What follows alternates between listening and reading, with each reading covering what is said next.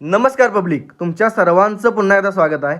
काही कामानिमित्त गेलो राधानगरीला. येत असताना कधी सरवड्यातच मला हॉटेल महाराजा बघायला मिळालं आणि यांच्यावर लिहिलेलं बिर्याणी हे जे बघितलं कधी ते तुम्हाला माहिती आहे बिर्याणी माझा वीक पॉईंट आहे. मग म्हटलं इथली बिर्याणी नक्की ट्राय करायला लागत्या.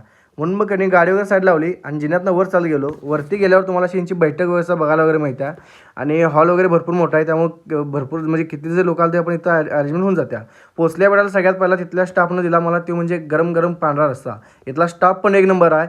स्वभाव बोलका आहे. तुम्हाला प्रत्येक वेळी म्हणजे काय नको काय ह्याची चौकशी वगैरे करतोय. सर्व्हिस सुपर फास्ट आहे. एक नंबर सर्व्हिस. आपल्याला सर्व्हिस एक नंबर आवडली. पांढरा रस्सा पिल्यावर आता नुसता बसतोय होय. तो पण तांबडा रस्सा पण आणून दिला दादानी. तांबडा रस्सा पण पिला.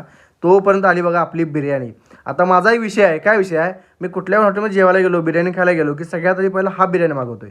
का बिर्याणी चांगली वाटली तर मग परत मागवतोय. म्हणून म्हटलं पहिल्यांची बिर्याणी टेस्ट करून बघूया.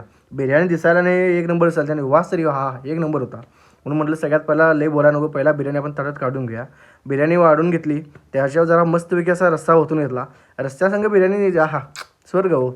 आणि जसा पहिला चिकन आता तिथं कसा विषय आहे, मला चिकन बिर्याणी आवडते म्हणून मस्तपैकी चिकन बिर्याणी मागवलेली. बिर्याणी खाल्ली की नाही टेस्ट एक नंबर, जबरदस्त एक नंबर होती. मग असं बघता बघता 8-9 वाट्या हाणला की रस्सा, तांबडा रस्सा आणि पांढरा रस्सा दोन्ही बी घुमवालतो. आता बिर्याणी एवढी आवडली की म्हटलं आता एक खाऊन आपल्याला म्हणजे अर्धी खाऊन आपल्याला चालत नाही, अजून एक घेऊन या दादा म्हटलं. त्यांनी बी अनेक बिर्याणी आणली.